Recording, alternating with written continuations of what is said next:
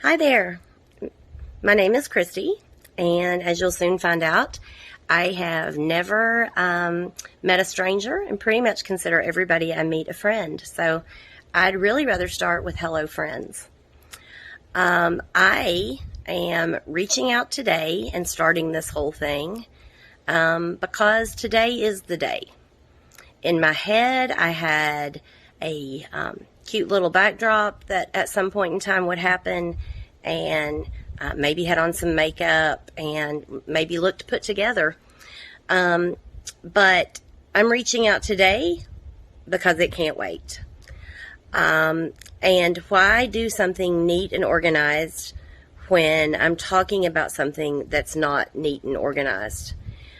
It can't wait any longer. This whole mess we call healthcare. And a couple of things you need to know about me to get started is I am a nurse of almost 30 years. I am a wife of nearly that many years. We are on our 28th. I have 4 amazing children, and we are the Houk family. And Houk is very hard to say, and no one ever gets it right, so quickly we called ourselves the Houk House. And in the meantime, we just became the Houk House. That's how we refer to ourselves a lot. And some goofiness in my parenting, I decided to call my children Houklings, and it stuck, so I have 4 Houklings. I have thought about reaching out so many times before because we have quite a journey, quite a story.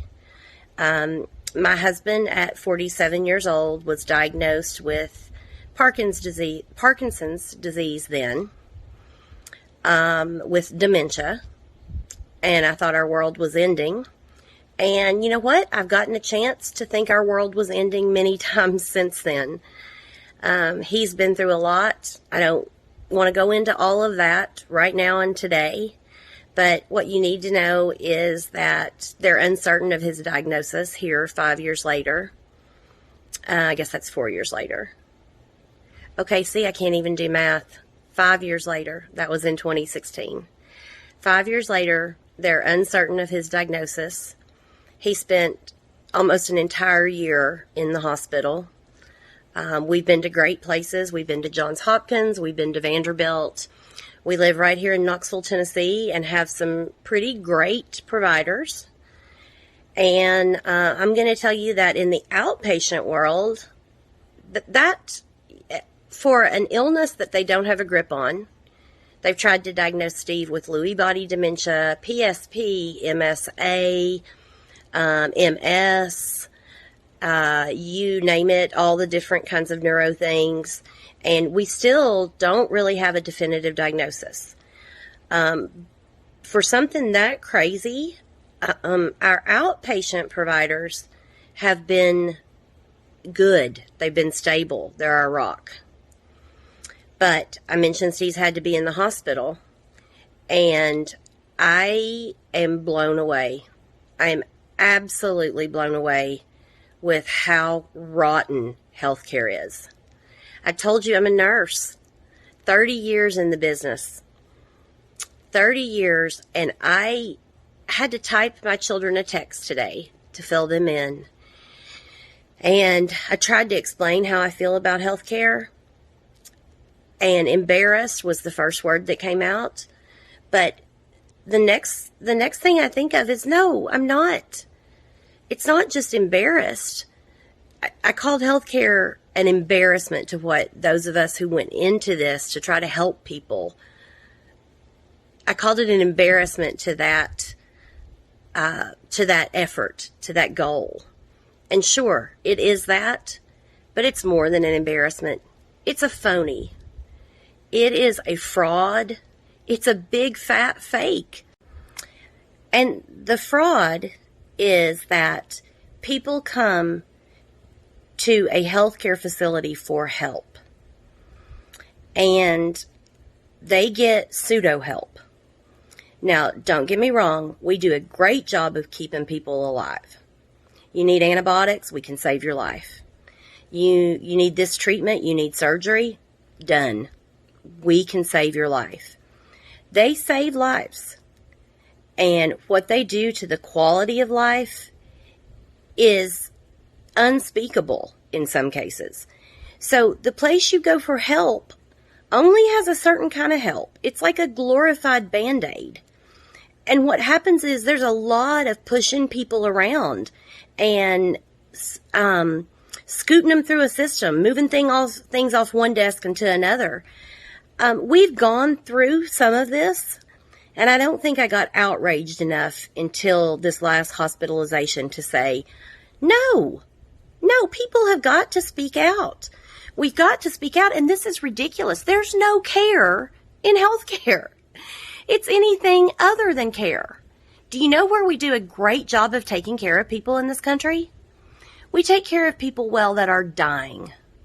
Now, I am thrilled that we do that. I've been involved with that from the provider end and from a family member end. I'm glad we do such a good job with that. People should have a wonderful, peaceful death experience. So many of those same concepts need to be put into practice for healthcare in general. My career was spent, the first 27 years was spent working with children, from newborn to 21, neonates, intensive care, through medical surgical, through home health. And I have to tell you, even in a recent experience, children's hospitals are a whole different breed. I'm so proud of the place I worked. I had a friend who was hospitalized last week. I mean, obviously the child, so the mom was there as well. And all the things I'm looking for in adult care, they do. The nurses knew the answers to the questions. They knew her plan of care. They knew when she had last had a medication. So today is the day that I've got to say, what are we missing? If we can do that kind of care for kids, why can't we do that for adults? So I don't exactly know where all this is headed. I know that me and my family have spent one of the most miserable weekends of our life. We were told to pick our patient up last Thursday. There are some very clear things I had asked for before discharge. I didn't get them. I was told he would be going to a rehab facility. That didn't happen. I was told there was some questions about equipment. The person called me. She said she'd get back to me. She didn't. I called the nurse on the floor and said, do you really expect us to bring him home when you have not yet told me how to safely care for him at home? And she decided to read discharge instructions to me and to tell me that, yeah, she thought he was okay to go. They gave him 2 medicines that cause a sleepy effect. They're given at nighttime. They gave him those medicines before we discharged him. And he was falling asleep during the discharge, falling out of his chair. We even have some video footage.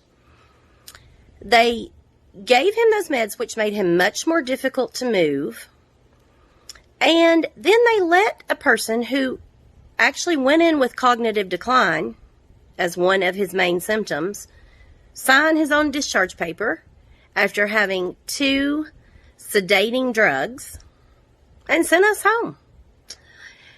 And that's just the beginning of it. This weekend, I have felt so hopeless, and there's no reason that anybody should feel hopeless when we're trying to take care of our loved ones. My husband has a dedicated, long-term provider who's right there with him, who wants to get the information. I'll manage the information. Fine, get out of my way. But I can't get them to give me the information.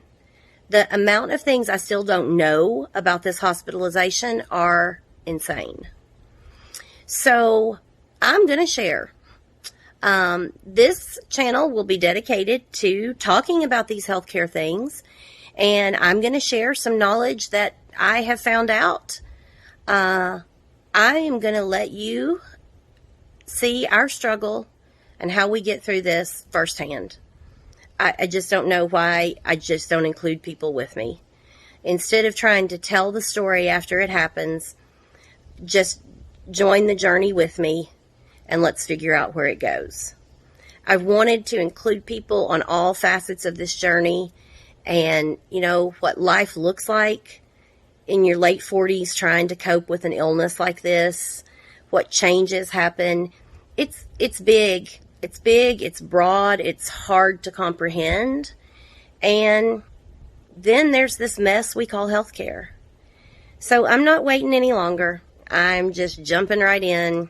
Thanks for joining me and thinking of riding this journey with us. And I hope that this helps somebody, that we learn some things, that we figure out how you can survive the healthcare system without getting beat up too badly in the process, and somehow keep your faith and your family and your core values intact while fighting for your health or the health of someone you love.